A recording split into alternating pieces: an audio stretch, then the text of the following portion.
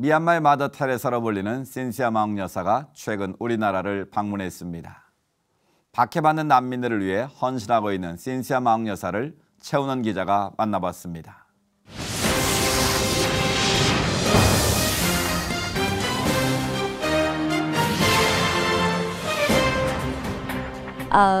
You have been to Korea at first time, right? What is the purpose of this visitation? What is your first expression of Korea? I was invited to come and accept ILCA Foundation Award, is promoting the community service. And the impression for me is since I was in Thailand, I also learned about the Korean War.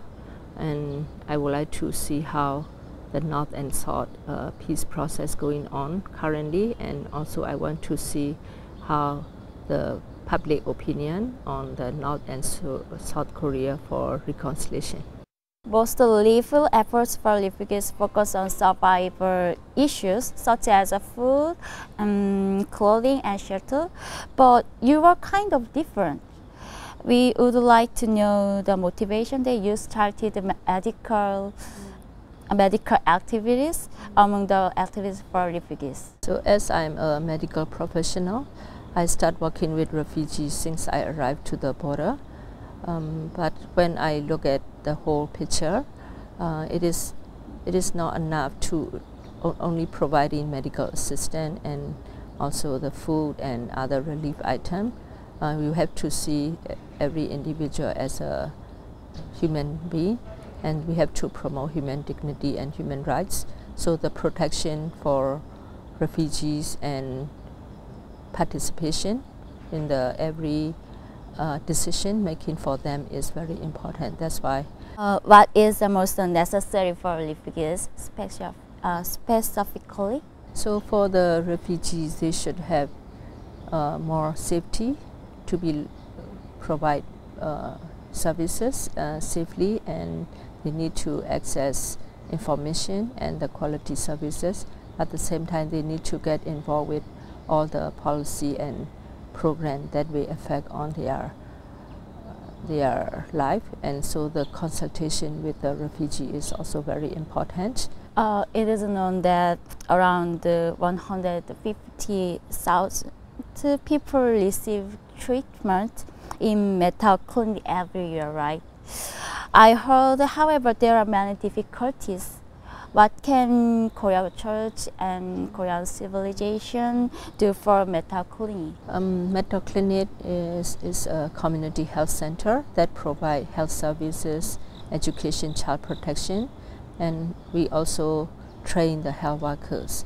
So this is a way how the community being mobilized and to work for their own community. So I would like to see that the international community who support the Burma issue to look at the civil society participation in all the development projects. There is very big issues. Recently, one Syrian refugee children who is 3 years old was found as dead in Chile Beach in Turkey. Especially the issue of human rights and life of the refugees' children seems more serious than others, right? So we would like to hear from you the situation of refugees' children in Burma. Children and women are always vulnerable than the other group. What we see in our experience is people are dying during the armed conflicts. Not only direct armed conflicts, we will see that many more die because of lack of access to water or lack of access to shelter and lack of access to medical service. And at the same time, people are being traumatized. So this is it is the human rights and human protection issue. Whenever you see the refugees, you have to look at the way how to prevent the oppression, how to make sure that the system and the policy protecting the refugees need to ensure the focus on the protection issue as well. And we want to see that community rebuilding and the social work and social ethics for the refugees mean that we need to give a hope, and this is the way how to develop sustainable peace. There are statistics that the number of worldwide refugees is increasing. South Korea also faced that the refugee claims are rising every year. But it is a pretty rare case to offset them because of some realistic issues. Do you think if we can resolve the problem of conflict between the human value of human rights and national interests? Children are the most vulnerable group where there is conflicts, disaster happen. So we will see that the children die by direct conflicts, but the children are also suffer from like different kind of abuses, and the children also die unnecessary because of lack of access to healthcare, and lack of access to food, and lack of access to protection. When we look at the human rights and refugees issue, refugees, we need to look at they are not only as a victim of the conflicts, they are part of the solution, and they need to get involved in all the decision made for them. So if you empower the refugee, they will decide whether they will resettle or they will stay in the host country or they will go back or return to home. So whenever refugees issue happen, we need to look at the causes why people become refugees, because of the power abuse, because of environmental deterioration, and because of the threat of the life. So if we look at to solve the refugees issue, we need to look at the holistically, how to prevent, how to protect, and how to make sure that they become part of the solution. And the international community also, whenever decide to accept the refugees, they should have the standard guideline for every country to be consistent, because sometimes each country or each region is very different.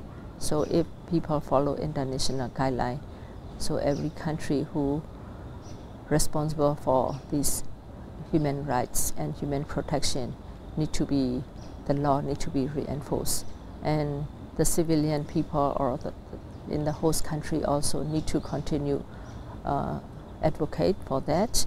So by strengthening the capacity of the civil society, also the government can reinforce the law and human rights standard. You are called the Mother Teresa of Asia, so I felt you are closer to the image of Dr. Schubertus, the son of Africa, rather than Mother Teresa. What kind of a person do you want to be seen? As a health professional, I want to see ourselves as not only we are treating the illness, we have to work together with others to prevent the illness, and also have to make sure that the patient or the community themselves, they should have the knowledge and skill to decide for their own life and to be healthy and to participate as a good citizen in the country. Finally, I would like to hear your future vision. My vision is we are always, the world always will see the different challenges and different unique, different opportunity for young people, and different when people are working in different contexts, and sometimes people focus on their own problems, and we need to give opportunity for more and more young people to engage with the social activities and to find a way to work together as a civil society network, because there are a lot of agreement between government going on, but we would like to see that there should be more stronger network in the civil society, so that the protection and promotion of the human rights need to be always promoted, and then all the democracy and peace and development have to be sustained, is part of the sustainable development.